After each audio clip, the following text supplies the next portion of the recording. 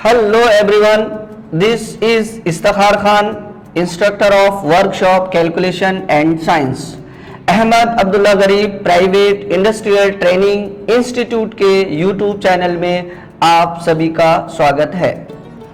Students, last session में हमने पढ़ा कि रेशियो क्या होता है और उससे रिलेटेड हमने कुछ सम सॉल्व किए थे। आज उसी सेशन को हम कंटिन्यू करेंगे। उसका जो सेकंड पार्ट है अपना प्रोपोर्शन, उसको हम लोग आज कंटिन्यू करेंगे। तो टॉपिक है अपना वही रेशियो एंड प्रोपोर्शन पार्ट 2, और आज स्टार्ट करने वाले हम लोग रेशियो एंड प्रोपोर्शन का सेकंड पार्ट यानी प्रोपोर्शन। तो आइए स्टूडेंट, हम लोग आज का सेशन स्टार्ट करते हैं। रेशियो एंड प्रोपोर्शन, इसकी पहले डेफिनेशन देख लेते हैं। Equality of two ratios is called proportion. The proportion is 5:8 proportion 60:96। Means क्या होता है, यहां पर स्टूडेंट्स दो रेशियोज रहते हैं जिसको हम लोग सिंबल इसका यूज करते हैं प्रोपोर्शन का। यानी पढ़ने का तरीका क्या होता है, 5:8 प्रोपोर्शन 60:96।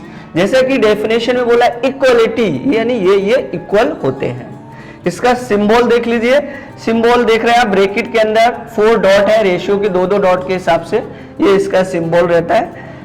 सॉल्व करने का तरीका क्या रहता है, जैसे कि अपने पास ये जो टर्म है स्टूडेंट्स 1 2 3 4, तो 1 2 3 4 ये जो टर्म्स है इनको हमको देखना होता है। और क्या होता है कि यहाँ पे रेशियो मैंने लिखा हुआ है, प्रोपोर्शन में लिखा है। क्वेश्चन में क्या आता है स्टूडेंट्स कि यहाँ पर एक कोई नंबर मिसिंग होगा, जैसे 60 है और यहाँ पर 96 है, तो यहाँ पर मिसिंग होगा। वहां पे लिखा होता है x या y और हमको बोलता है कि find the value of x या find the value of p। इस तरीके का अपना क्वेश्चन रहता है जो हम आगे सॉल्व करेंगे। इसके बारे में कुछ और पॉइंट्स देख लेते हैं। ऐसा मैंने लिखा है, we should not change the order of the ratios. ये बहुत ही इंपॉर्टेंट पॉइंट है स्टूडेंट्स कि हम जो रेशियोज हैं इसके ऑर्डर को हम चेंज नहीं कर सकते। जैसा लिखा है ना कि जैसे 60 की जगह 96, 96 की जगह 66 हम नहीं लिख सकते। सेकेंड पॉइंट है, फर्स्ट एंड फोर्थ टर्म्स और कॉल्ड एक्सट्रीम्स। जैसा कि मैं आपको बता रहा था, फर्स्ट, सेकेंड, थर्ड और फोर्थ, जो फर्स्ट और फोर्थ टर्म है ये कहलाता है extremes. Second and third terms are called means. जो अंदर के जो टर्म्स है, मिडिल टर्म जो है इसके 8 और 60, ये कहलाता है मीन्स। मीन्स अगर आपसे कोई क्वेश्चन करता है कि फर्स्ट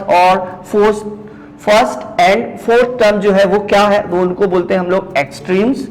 सेकेंड एंड थर्ड जो टर्म है उसको हम लोग बोलते हैं मीन्स। ये इसका है एक्सप्लेनेशन। इस टॉपिक से रिलेटेड यानी प्रोपोर्शन से रिलेटेड अब हम कुछ सम सॉल्व करेंगे। जैसे कि एग्जाम में पूछे जाते हैं कि क्या हमको फाइंड करना होता है। एक रेशियो गिवन रहता है, वहां पे एक नंबर मिसिंग रहता है, इसको हमको फाइंड करना होता है। तो स्टूडेंट्स, जैसा हम लोग पढ़ रहे हैं कि प्रोपोर्शन उस टॉपिक से रिलेटेड यानी इस टॉपिक से रिलेटेड जो प्रोपोर्शन से रिलेटेड हो, पहला क्वेश्चन है अपना, देख लीजिए। Find the value of p in the proportion of 8:9 proportion p:72। Find the value of p। तो सबसे पहले क्वेश्चन लिख लेते हैं स्टूडेंट्स हम लोग, 8:9 प्रोपोर्शन p:72। इसमें क्या है, हमको वैल्यू किसकी फाइंड करना है, p की वैल्यू फाइंड करना है। बेटा p हो सकता है, x हो सकता है, यहाँ पर y भी कुछ भी दे सकते हैं और हमको फाइंड करने के लिए बोले।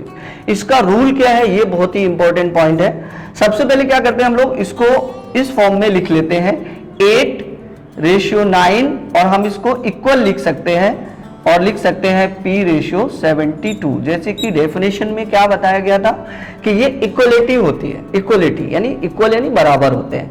अब इनको हमको सॉल्व करना है। रूल क्या बोलता है कि सेकेंड टर्म जो है थर्ड के साथ मल्टीप्लाई करेगा और फर्स्ट टर्म जो है वो 4 के साथ मल्टीप्लाई करेगा। रूल इसका याद रख लिए, हमेशा फर्स्ट टर्म फोर्थ टर्म के साथ मल्टीप्लाई करेगा और सेकेंड टर्म जो है वो थर्ड टर्म के साथ मल्टीप्लाई करेगा। और हमेशा लेफ्ट हैंड की तरफ से हम वो नंबर लिखेंगे जो नंबर हमारे x या y की वैल्यू हमको फाइंड करना होती है।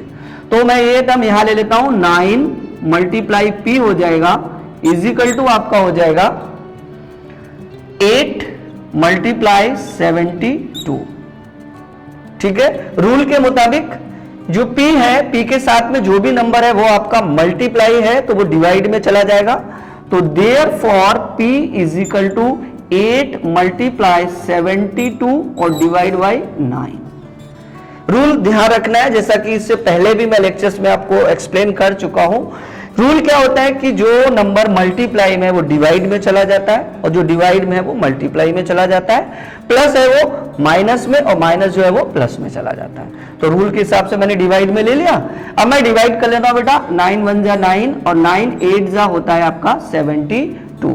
तो P इज इक्वल टू आपका हो गया 8 मल्टीप्लाई 8, तो P इज इक्वल टू आपका आ गया 8 8 जा होता है 64।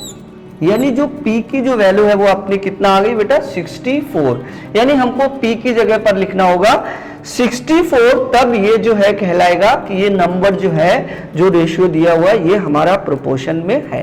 ये हमारी P की वैल्यू हो गई फाइंड। तो स्टूडेंट्स, इस टॉपिक का अपना क्वेश्चन नंबर 2 लेता हूं मैं। What is the missing value in 4:5 proportion x:10। यानी मिसिंग का मतलब क्या है कि यहां पर जो x आया है कि उस जगह पर क्या नंबर आने वाला है, वो वैल्यू हमको फाइंड करना है। तो लिख लेता हूं मैं स्टूडेंट्स, 4:5 प्रोपोर्शन x आपका हो गया 10। रूल के मुताबिक, जैसा मैंने आपको इससे पहले क्वेश्चन में भी बताया कि सेकेंड टर्म जो है वो थर्ड के साथ मल्टीप्लाई करेगा, और फर्स्ट टर्म जो है वो फोर्थ टर्म के साथ मल्टीप्लाई करेगा, और लेफ्ट हैंड की तरफ से हमेशा हमको वो नंबर रखना है जिसकी वैल्यू हमको फाइंड करना होती है। तो 5 multiply x is equal to हो गया आपका 4 मल्टीप्लाई 10। सिंपल है एकदम कि सेकेंड टर्म को थर्ड के साथ मैंने मल्टीप्लाई किया और फर्स्ट टर्म को 4 के साथ मल्टीप्लाई किया, बीच में सिंबल आ गया इक्वल, और हमको सॉल्व करना है। Therefore x is equal to 4 into 10 divide by आपका हो गया 5। ठीक है, रूल के हिसाब से देख लीजिए, जैसा मैंने बताया कि जो नंबर x के साथ मल्टीप्लाई में है वो दूसरी साइड चला जाएगा डिवाइड में। तो मैं बेटा डिवाइड कर दूं, 5 2 होता है आपका 10, तो x इज इक्वल टू आ गया आपका 4 into x is equal to हो जाएगा आपका 8, यानी x की जगह पर कितना आ जाएगा 8। अब जो हमारा मैंने जैसे कि डेफिनेशन थी कि इक्वलिटी कैसे पहचानते हैं वो देख लेते हैं एक बार, कि 4, ये जो 5 नंबर देख रहे हैं, 5 को आप डबल करेंगे तो 10 आता है। अब 4 को डबल करेंगे तो कितना आना चाहिए 8, जो कि हमारा आंसर आ गया है 8। इससे भी हम इसका आंसर फाइंड कर सकते हैं, हम इसके प्रोपोर्शन को पहचान सकते हैं कि ये प्रोपोर्शन में है या नहीं है। तो प्रोपोर्शन में होने के लिए क्या होता है ना बेटा, कि इसका और इसका रिलेशन होता है। जैसे कि 5 का 10 के साथ है तो 5 2 10 है। अब 4 का जो x के साथ रिलेशन है, वो जो 2 इसके साथ मल्टीप्लाई करने के बाद 10 आया है, वही यहाँ पर आना चाहिए। तो आंसर आप देख रहे हैं कितना आया 8। अगर मैं इसको यहाँ पर 8 लिख दूं तो ये हो जाएगा 4 2 8 और 5 2 10, जो कि ये प्रूफ करता है कि हमारा ये जो नंबर्स हैं वो आपके किस में है, प्रोपोर्शन में गिवन है। तो स्टूडेंट्स, इस टॉपिक से रिलेटेड, प्रोपोर्शन से रिलेटेड मैं क्वेश्चन नंबर 3 लेता हूं। जो क्वेश्चन है, total cost of 8 books is 72 rupees, find the total cost of 13 books. Question क्या है स्टूडेंट्स, ये 8 बुक्स है वो मिलता है 72 रुपीज का, और हमको फाइंड करना है कि 13 बुक्स जो है वो कितने रुपीस का मिलेगा, मतलब 13 बुक्स की कॉस्ट कितना होगी। तो इसको हमको रेशियो या प्रोपोर्शन से सॉल्व करना है। तो स्टार्ट करता हूं, 8 बुक्स यानी ले लेंगे आप 8 रेशियो, उसके साथ कितना है 13 इज इक्वल टू 8 बुक्स था अपना 72 रेशियो, जो कि हमको नहीं मालूम है, वहां पर मैं ले लेता हूं x। समझ लीजिए, 8 बुक्स था 72 का, तो 13 बुक्स कितने का होगा वो हमको फाइंड करना है। तो मैंने पहले 8 ले लिया, 8 रेशियो बुक्स के साथ रुपीस कितना था 72 ले लिया, और मिसिंग क्या है अपने पास कि 13 बुक्स की कीमत कितनी होगी, उसकी जगह मैंने x ले लिया। अब हम इसको सॉल्व करना है और फिर फाइंड करके हम लोग देखते हैं। रूल के मुताबिक कि सेकेंड टर्म जो है वो थर्ड के साथ मल्टीप्लाई करता है, और फर्स्ट टर्म जो है वो आपका फोर्थ टर्म के साथ मल्टीप्लाई करता है, और लेफ्ट हैंड साइड में हमेशा उस नंबर को लेंगे जिसकी हमको वैल्यू फाइंड करना रहती है। तो 8 multiply x is equal to 13 multiply 72, ये आपकी इक्वेशन बन जाती है। रूल के मुताबिक x के साथ जो नंबर मल्टीप्लाई में है वो अगर हम साइड चेंज करेंगे तो वो डिवाइड में चला जाएगा। तो therefore x is equal to 13 multiply 72 और डिवाइड बाई 8। रूल वापस से समझ लीजिए कि जो नंबर x के साथ मल्टीप्लाई में वो किधर जाएगा, डिवाइड में।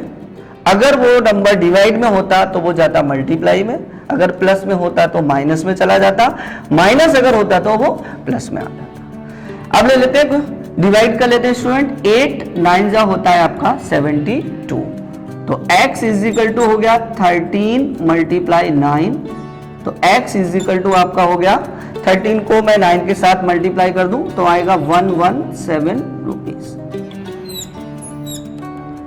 यानी इस क्वेश्चन के रिलेटेड अपनी जो आंसर आया 13 बुक्स मिलेगा कितने का, 117 रुपीज का।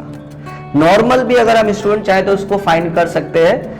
अगर एक सिंपल मेथड से जाते हैं हम लोग, 8 बुक्स 72 का मिलता है तो 1 बुक हो गया आपका 9 रुपीज का, 9 को आप 13 के साथ मल्टीप्लाई कर दीजिए तो आपका आंसर आ जाएगा 117 रुपीज, जो कि आज के टॉपिक से रिलेटेड हमारा क्वेश्चन नंबर 3 था।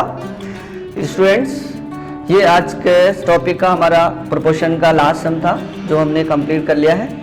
नेक्स्ट सेशन में मैं आपके लिए दूसरे टॉपिक से रिलेटेड कुछ और सम्स लेकर आऊँगा। तो स्टूडेंट्स, उम्मीद करता हूँ कि आज का सेशन आपको पसंद आया होगा। अगर आपने अभी तक हमारे YouTube चैनल को सब्सक्राइब नहीं किया है तो सब्सक्राइब, लाइक और शेयर कर दीजिए और बेल आइकन को दबाना ना भूलें। Thank you so much.